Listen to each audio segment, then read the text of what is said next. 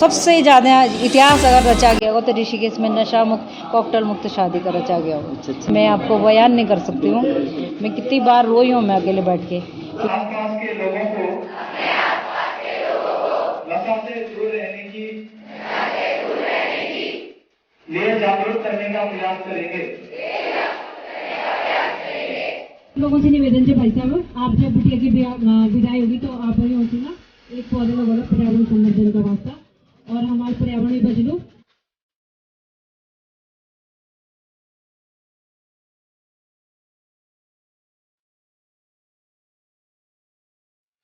हमारे जो वर्तमान मुख्यमंत्री हैं तीरथ सिंह रावत जी ने, उन्होंने अभी एक बयान दिया था फटी जींस के ऊपर, तो आपकी क्या टिप्पणी?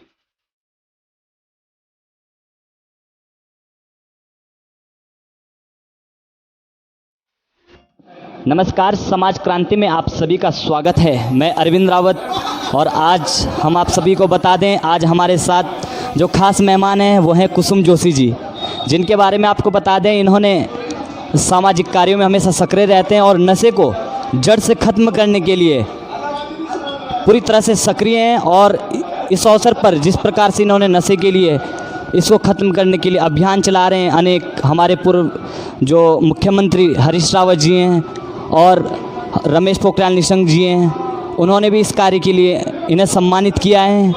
तो कुसुम जी, सबसे पहले तो हमारे चैनल में आप सभी का बहुत बहुत स्वागत है। बहुत बहुत धन्यवाद आपका, आपने आज मुझे मौका दिया आपके चैनल में आने का। यूट्यूब चैनल है आपका? यूट्यूब सब जगह है, पहले यूट्यूब में था। बहुत बहुत आभार आपका। और आज हम एक कार्यक्रम में आए थे, तो काफ़ी दिनों से आप कह रहे थे मुझे कि मुझे आपसे मिलना है, तो बहुत खुशी हो रही है मुझे कि आपके माध्यम से हमारी बात समाज के बीच में जाएगी जी। तो सबसे पहला हमारे दर्शकों का जो प्रश्न है वो प्रश्न आपसे ये है कि आप इस समय नशे को ख़त्म करने के लिए सक्रिय हैं, तो ये नशे को ख़त्म करने का विचार अपने मन में कहाँ से आया, कहाँ से ये प्रेरणा मिली कि मुझे समाज से नशा ख़त्म करना है? 2010 में मैं श्यामपुर ऋषिकेश में रहती हूँ, तो उस गांव में मुझे महिला मंगल दल का अध्यक्ष बनाया गया था। तो मैं जाती थी ग्रामीण क्षेत्रों में, गांव में देखती थी बहुत स्थितियाँ ख़राब हैं गांव की। हमारी महिलाएं जो मातृशक्ति हमारी बहनें, उनको उनके साथ मारपीट करना, शराब पी के। तो नशा किसी भी समाज, किसी भी परिवार के लिए ठीक नहीं होता, जिसका गलत असर युवा पीढ़ी पे पड़ता है। इसका खामियाजा घर की महिलाओं को उठाना पड़ता है। सबसे पहले अगर उस पति अगर नशा करता है तो पत्नी परेशान होती है, पिता नशा करता है तो बेटी परेशान होती है, भाई नशा करता है तो बहन परेशान होती है, और बेटा नशा करता है तो माँ परेशान होती है। तो ऐसे बहुत सारी चीज़ें मेरे पास आती थी। मुझे बड़ा दुख होता था कि हमारे जो रीति रिवाज है, शादी समारोह में लोग कॉकटेल करते थे, और वहाँ मैं देखती थी कि लोग शराब पी के लोग लड़ाई झगड़ा भी कर रहे हैं, और व्यवस्था बनी हुई लोगों की, कोई टेंट के अंदर पी रहा, कोई बच्चे उनके टेंट के पीछे पी रहे। तो मुझे बड़ा दुख होता था कि मातृशक्ति बेचारी खड़ी है, कब घर जाए। तो मैंने अपने एरिया में देखा, ग्रामीण क्षेत्र था, काफ़ी लड़ाई झगड़ा होता था। तो मैंने ठानी कि मैं कुछ ऐसा करूं अलग से, इस काम को कुछ न पहल की जाए। तो सबसे पहले शुरुआत मैंने अपने परिवार से की। सबसे पहले मैंने अपने हस्बैंड से कहा कि मैं एक शुरुआत कर रही हूँ कि कॉकटेल ना हो समाज में, उसके लिए आपको मेरा सहयोग करना पड़ेगा। सहयोग के रूप में ऐसा होगा कि आप किसी भी शादी समारोह में नहीं जाएंगे जहाँ पर कॉकटेल शादियाँ होती, इस तरह पे मेहंदी के नाम पर जहाँ पे शराब परोसी जाती है, हम वहाँ नहीं जाएंगे। तो मेरे हस्बैंड ने बोला चलो ठीक है, कोशिश कीजिएगा। लेकिन उनको भी लोगों ने बहुत ताने मारे कि तू मतलब क्यों नहीं आ रहा, तरह तरह की बातें हुई। लेकिन जब उस दौरान मैंने काम किया, उसके बाद मैंने जो हमारा गाँव था श्यामपुर में, तो मैंने घर घर जाके जहाँ पे शादियाँ होती थी उन लोगों को जागरूक करने का प्रयास किया। तो शुरुआती दौर में तो बहुत तकलीफ़ें आई, मैं आपको बयान नहीं कर सकती हूँ। मैं कितनी बार रोई हूँ मैं अकेले बैठ के, क्योंकि मैं अपनी परेशानी घर में भी नहीं बता सकती, क्योंकि मेरे हस्बैंड मना करते थे, बच्चे मेरे छोटे थे, और समाज का जब आप कोई भी काम ऐसे करते समाज भी साथ नहीं देता। तो मैं बहुत बार लोगों के बीच में अकेले जाती थी। मुझे याद है कि गर्मियाँ थी, मई जून का महीना था, तो मैं लोगों के घरों में जाके दरवाज़ा खटखटा के मैंने लोगों से हाथ जोड़ कर रिक्वेस्ट करी कि आप ये जो बुरी परंपराएं वो अपने बच्चों की शादी में ना करें। आपका एक तो मेहनत का जो पैसा है आपका वो शराब में बर्बाद हो रहा है, और दूसरी कुरीति का जन्म हो रहा है, जिससे सबसे ज़्यादा दिक्कत हमारी माँ बहनों को होती है और उस परिवार को होती है सबसे ज़्यादा, जिनके घर में शादी होती है। जी। तो जब आप कह रहे हैं कि विरोध का सामना करना पड़ा, तो कैसे कैसे विरोधों का सामना आपको करना पड़ा? ये उस दौरान हुआ क्या कि जब आप कोई भी कार्य करते हैं तो सबसे पहले समाज आपका मजाक उड़ाता है। हाँ बिल्कुल।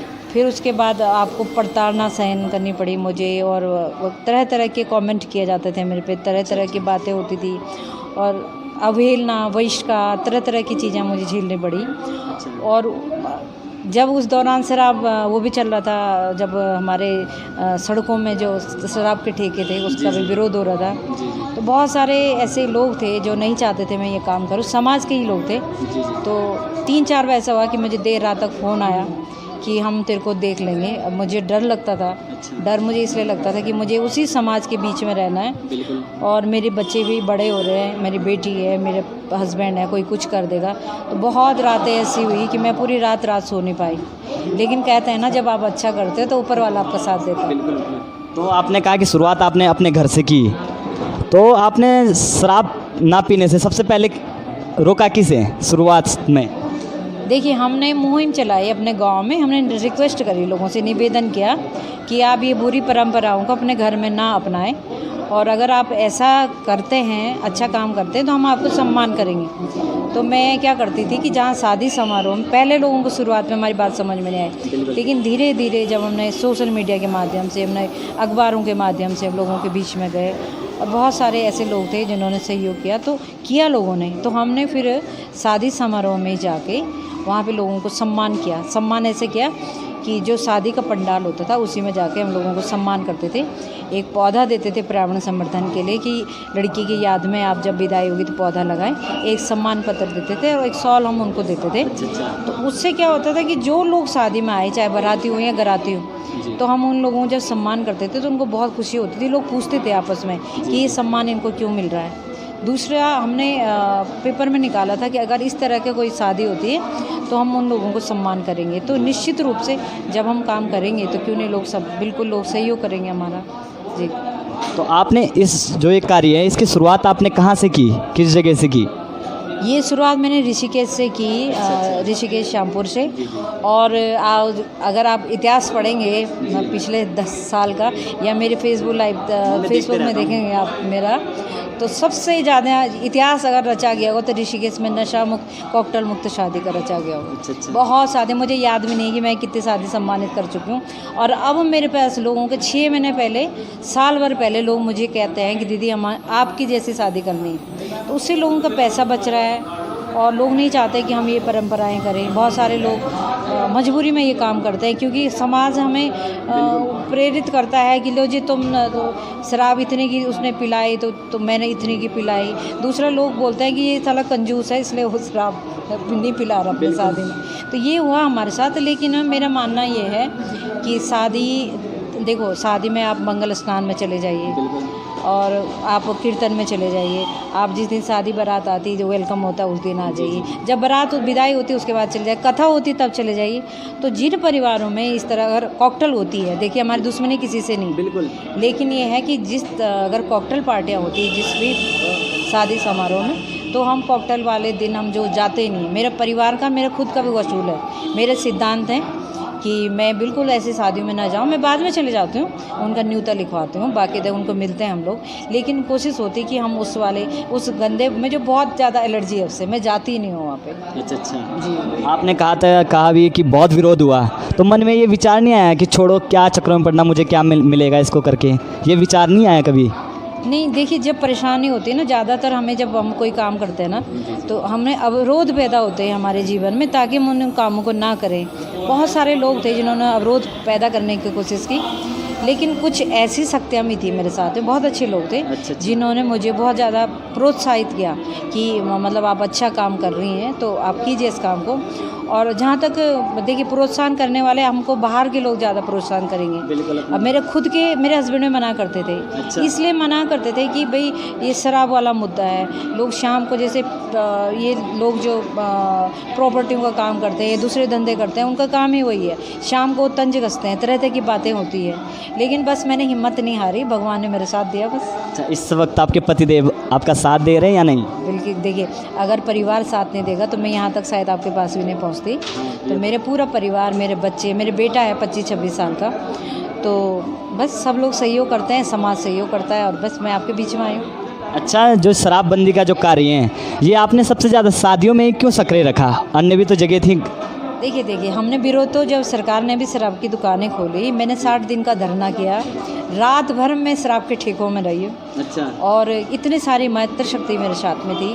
उसके अलावा हमने जो देवप्रयाग में शराब का फैक्ट्री लगी उसका भी हमने 5-6 दिन का हमने वहाँ पे पंचायत की, हमने वहाँ रही मैं वहाँ पे विरोध किया। लेकिन देखिए सरकार की तो अपनी रीति नीति है बिल्कुल। और हम कुछ कह भी नहीं सकते, जबकि उन्होंने ऋषिकेश तो हमारी तीर्थाटन की नगरी है हमारी और योग की नगरी है, लेकिन उन्होंने वहीं गंगा के पास ही उन्होंने बार खोले हुए हैं। इतने हमने धरना प्रदर्शन किए, लेकिन सरकार के तो अब मैं क्या कहूँ, वो तो वही जाने। लेकिन शादी का जो पहलू है वो मैंने इसलिए छोड़ा कि हम व्यक्तिगत किसी व्यक्ति को अगर हम प्रोत्साहित करते हैं और ऐसे परिवारों को प्रोत्साहित करते हैं जो लोग बहुत मजबूर होते हैं और बहुत सारे नहीं इतना पैसा खर्च कर सकते और उन्हें मजबूरी में ही काम करना पड़ता है, तो उन लोगों ने हमारा सहयोग किया। तो उन लोगों ने सहयोग किया, फिर अच्छे लोग भी साथ में आ गए। ऐसे भी लोग हैं कि बहुत जनप्रतिनिधि लोग हैं जो कि बहुत अच्छा पैसा खर्च कर सकते हैं, ऐसे लोग हैं जो बाहर विदेशों में नौकरी करते हैं। लेकिन जब हमने ये काम किया तो वो लोग मेरे साथ कर रहे हैं, तो उन लोगों ने मेरा सहयोग किया। तो आज समाज में अगर एक बहुत सारी ऐसी शादियाँ हो जाती है तो उन लोगों को प्रेरणा मिलती है समाज को, तो कहीं ना कहीं अच्छा काम भी लोगों के बीच में आता है। बुराई तो बहुत जल्दी जाती है, लेकिन अच्छाई में टाइम लगता है। तो और जब आपने ये कार्य किया तो इसका रिजल्ट वर्तमान में क्या है? क्या रिजल्ट आपको मिला और कितनी जगह आप इस समय शराब बंद करवा चुके हैं? देखिए शराब बंद करनी तो बहुत मुश्किल है, मतलब क्षेत्रों में? क्षेत्र में हाँ, लेकिन देखिए क्षेत्र में भी बहुत मुश्किल होता है। मैं वही बात बोलूँगी जो मैंने किया, लेकिन इतना मैं ज़रूर बोलूँगी कि मुझे याद नहीं है कि मैंने कितने हज़ारों शादियाँ नशा मुक्त हो चुकी हैं अभी तक। अच्छा। जो जो हम लोग जाते हैं और समाज ही प्रोत्साहित करता है कि अब 6 महीने पहले लोग बोल देते हैं कि आपको आना है, तो मुझे भी अच्छा लगता है भाई। अगर मेरे एक सम्मान पत्र देने से, एक पौधा देने से, एक छोटी सी चीज़ देने से अगर परिवार का भला हो रहा है तो मुझे दिक्कत भी क्या है। तो जिन क्षेत्रों में पहले तो मैं दूर जाने की भी कोशिश करती हूँ, लेकिन अगर मैं दूर ना जा पाऊँ, लेकिन अच्छी बात है, मैंने कहा ना कि लोगों के बीच में जाती हैं, अच्छी भी जाती है बुरी भी जाती है, तो जाएंगी, जिसको ज़रूरत होगी वो मुझे बुलाएगा।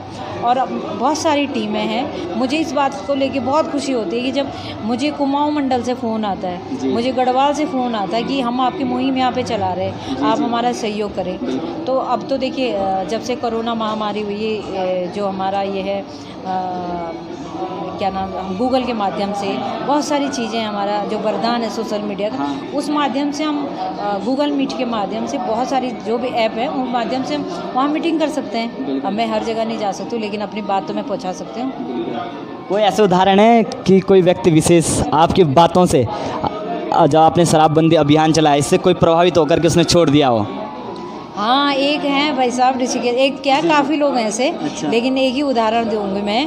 वो भाई साहब डेयरी कॉलेज में प्रोफेसर थे, अब तो रिटायर हो गए, लेकिन उन्होंने कहा है कि जिस दिन से मैंने कुसुम बहन के साथ में रहा हूँ उस दिन से उन्होंने मेहंदी में जाना ही छोड़ दिया। अच्छा। वो कहते हैं कि मतलब एक तो उस परिवार पे बोझ पड़ता है, 2-2 दिन का भोजन कराएगा वो, और मैं जो कभी पीता भी था मैंने छोड़ दिया। और एक मैं बहुत बड़ा उदाहरण बताऊँ मैं, हमारे गढ़ रत्न नयन सिंह नेगी जी आए थे ऋषिकेश में, उनका एक कार्यक्रम कराया था मैंने, तो भोजन मेरे घर पे था। तो नेगी जी बोले कि मैं भूले में प्रण करता हूँ कि जो मैं कभी लेता भी था ना, आज मैंने बहन का नमक खाया, मैं आज के बाद इसमें हाथ में नहीं लगाऊंगा। तो मुझे बहुत खुशी होती है। और मज़े की बात ये है कि मुझे बहुत सारी महिलाएं ऐसी बोलती हैं कि दीदी हमें अपने शादी में आपको बुलाना था, लेकिन करें क्या, हमारे हस्बैंड नहीं चाहते हैं कि आप हमारे शादी में आओ। तो मेरे को वो अंदर ही अंदर बहुत खुशी मिलती है कि कहीं ना कहीं लोगों को ये लगता है कि कुसुम जोशी जी आए जाएंगे, कहीं हमारा काम ख़राब ना कर दें। लेकिन मेरा निवेदन होता हाथ जोड़ से, देखिए हम किसी काम को ना, हम किसी को प्रेशर नहीं कर सकते, जोर ज़बरदस्ती नहीं कर सकते, हम निवेदन कर सकते हैं। अगर हम प्यार से किसी को समझाएंगे, निश्चित रूप से वो हमारी बात सुनेगा। और अभी मैं एक और उदाहरण दूँ, अभी की शादी हुई है वो, हमारे पूर्व में शायद उत्तराखंड के मंत्री थे वो, अच्छा। दिनेश दनई जी। तो उन्होंने अपने मुझसे ही प्रेरणा लेके उन्होंने अपने बेटी की नशा मुक्त शादी की है। अच्छा। कहते हैं हमें आपसे प्रेरणा मिली, तो समाज को प्रेरणा मिलती है।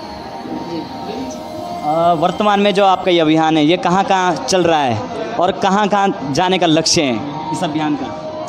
देखिए शुरुआत तो सबसे ज़्यादा काम तो इंसान अपने आसपास ही करता है। हाँ। लेकिन आसपास के लोग सहयोग भी नहीं करते, ये भी मैं आपको बता दूँ। अच्छा। लेकिन बाहर बहुत सारे लोग सहयोग करते हैं। और ऋषिकेश के अंतर्गत बहुत सारे, उसके अलावा मैंने यम किशोर में काम किया, उसके अलावा पौड़ी, टिहरी और उत्तरकाशी, यहाँ बहुत सारी टीमें हैं जो लोग वहाँ पे काम कर रहे हैं। और कहाँ का लक्ष्य है अब? लक्ष्य तो मेरा तो मानना यह है कि हमारा उत्तराखंड देवभूमि है। यहाँ तो जब लोग आते हैं तो पैर हमारे उत्तराखंड की ज़मीन को छूते हैं, माथे पे लगाते हैं। तो मैं तो सरकार से भी निवेदन करूँगी कि भाई ये बुरी परंपराएं हमारे यहाँ से आध्यात्म संदेश जाना चाहिए, हमारे यहाँ से योग का संदेश जाना चाहिए। हमारा तीर्थाटन का प्रदेश है, वो भी बंद करें। ये शराब की दुकानें, राजस्व प्राप्त करने के बहुत सारे तरीके हैं।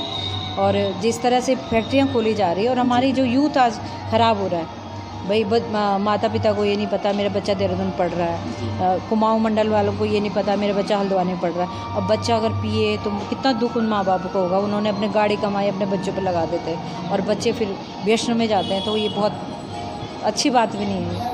अच्छा, सरकार कितना सहयोग दे रही है आपको, वर्तमान सरकार? सरकार तो हमको सहयोग बिल्कुल जीरो सहयोग देती। जहाँ हमने जिन्होंने ठेके खोले हमने उनका विरोध किया, तो सरकार से क्यों वो उनका नुकसान हो जाएगा और वो हमें सहयोग करेंगे तो। लेकिन ठीक है, उनको भी सहयोग करना चाहिए, अच्छा काम करना चाहिए। मेरा मानना तो ये है कि जिस देवी भूमि को छूते हैं लोग, एक बार मैं योगी आदित्यनाथ जी ने बुलाया था मुझे जी, वहाँ गई थी वृंदावन। हाँ। तो वहाँ पे अच्छा प्रोग्राम था। तो वहाँ पे जब हमें बोला गया ये लोग उत्तराखंड से आए हैं, तो कहते हैं कि आप तो गंगा की भूमि से आए हो, हम लोग तो गंगा के वासी हैं, जहाँ गंगा का मायका है, हेमकुंड साहिब है, चारों धाम है, हम तो उस प्रदेश के वासी हैं। तो हमारे प्रदेश में तो ये नहीं होनी चाहिए बिल्कुल भी। जी, सरकार के व्यक्तियों का कहना है कि कुसुम जी ने सरकार का सारा राजस्व छीन लिया है, तो क्या आपकी टिप्पणी रहेगी? नहीं, देखिए राजस्व तो अब उनके समझो शायद मजबूरी हो सकती है, क्या हो सकती है, लेकिन मुझे ये लगता है कि सरकार को हमारा प्रदेश जिस चीज़ के लिए है, देवभूमि हमारी, तो देवभूमि को देवभूमि रहने दें, इस चीज़ों को बढ़ावा न दें। वो बढ़ावा देंगे तो कहीं ना कहीं अब इसको जैसे पर्यटक की भूमि बनाया जा रहा है बाहर से बहुत सारे, जैसे हमारा ऋषिकेश है, तो ऋषिकेश आध्यात्म और योग की नगरी है, वहाँ पे साधु संती रहते हैं। लेकिन अब ये राफ्टिंग जो कैंप जब से बने हैं, तो बाहर से अगर बाहर की संस्कृति हमारे यहाँ आएगी तो निश्चित रूप से हमारी संस्कृति पर कहीं ना कहीं आघात होगा। तो जब हिमालय की संस्कृति पर चोट पहुँचती है, आपने देखा होगा भी आपदा भी आती है, तभी न तब कहीं ना कहीं आपदा, ये चीज़ें तभी होती हैं जब हमारी संस्कृति पर चोट पहुँचती है। अब अंतिम में आपसे मेरा एक प्रश्न है। एक हमारे जो वर्तमान मुख्यमंत्री हैं तीरथ सिंह रावत जी ने, उन्होंने अभी एक बयान दिया था फटी जींस के ऊपर, तो आपकी क्या टिप्पणी है, आपकी क्या राय है? देखिए मैं तो मुख्यमंत्री का मैंने समर्थन किया है। और क्यों किया समर्थन? देखिए कुछ बातें तो उनकी अच्छी नहीं थी जो उन्होंने जींस लाए, जैसे बोला कि मैंने ये देखा वो देखा। लेकिन अगर मुख्यमंत्री ने बोला कि हमारे बच्चों को सभ्य कपड़े पहनने चाहिए, फटे कपड़े नहीं पहनने चाहिए, तो मैं भी नहीं चाहूँगी कि मेरा बेटा मेरी बेटी और आजकल की यूथ जनरेशन, देखिए बहुत सारे हमारा शरीर ढकने के लिए कितनी खूबसूरत हमारी संस्कृति है, हम बहुत सारे कपड़े पहनने चाहिए, ना कि ये कटे फटे के लिए। तो मैं तो बिल्कुल समर्थन नहीं हूँ। मेरी 2-3 बार डिबेट हुए तो मेरी वहाँ पे यही बहस हुई कि भाई इन कटे फटे के लिए तो मेरा समर्थन नहीं है, उसके लिए मैं मुख्यमंत्री जी के साथ हूँ। अच्छा, और बुरा क्या लगा उनकी बातों में? बुरा थोड़ा उनका लिहाजा गलत था बोलने का। जिस तरह से उन्होंने बोला कि मैंने पहले उनके घुटने देखे, मैंने मुंह देखा, उनके हस्बैंड को देखा, ये चीज़ें ठीक नहीं थी। लेकिन मुख्यमंत्री को समय के हिसाब से और जगह के हिसाब से बोलनी चाहिए बातें। वो ना संवैधानिक पद पर बैठे हुए, तो ये शोभा नहीं देते उनको ये बोलते हुए। बाकी अगर कपड़ों की बात है तो उन्होंने कपड़ों के बारे में तो सही टिप्पणी की। अच्छा, बिल्कुल सही कहा। तो अंतिम में आप हमारे दर्शकों को क्या संदेश देना चाहेंगे? सबसे पहले तो मैं आपका बहुत बहुत धन्यवाद देती हूँ कि आपने हमें अपना अमूल्य समय दिया। देखिए मेरा सबसे निवेदन यही रहेगा कि आप अपने बच्चों को संस्कार दीजिए, अपने शादियों में आप शराब ना परोसें, मांगल गीतों के साथ शादी करें, आप ढोल दमों के साथ शादी करें, क्योंकि शराब पीने से किसी का भला नहीं होता। सिर्फ़ और सिर्फ दिखावे के नाम पे हमारे समाज में ये रीति रिवाज किए जाते हैं। और हमने तो बहुत सारी मांगल की टीम की बनाई है मैंने। अच्छा। और इसलिए बनाई है, मैं चाहती हूँ कि हमारी जो इस फील्ड में हमारे बच्चे को रुचि है, चाहे हमारी मातृशक्ति, हमारी माताएँ हैं, बहनें हैं, या हमारे बच्चे जैसे आप हो, तो इतना अच्छा कार्य आप लोग करते हैं, तो मैं चाहती हूँ कि इसको लोग अपनाएं और सीखें लोग इसको। और आजकल मैं भी थोड़ा सीखने की कोशिश कर रही हूँ कि मांगल सीखें आप। उससे क्या होगा कि हमारे बच्चों को रोज़गार मिलेगा और हमारी संस्कृति आगे बढ़ेगी और हमारे बच्चों को पता लगेगा कि हमारी पौराणिक चीज़ें क्या थी। तो अभी हमने कुसुम जोशी जी से बात करी, जिस प्रकार से इनके विचार हैं और जिस प्रकार से कार्य कर रहे हैं। हमारी शुभकामनाएं आपके साथ हैं कि आप निरंतर इस कार्य को करते रहिए और हमारी टीम हमेशा आपके साथ तैयार रहेगी, हमेशा आपके साथ खड़ी रहेगी। तो आपने हमें इतना अमूल्य समय दिया, इसके लिए आपका बहुत बहुत आभार, बहुत बहुत धन्यवाद। जय हिंद, जय भारत।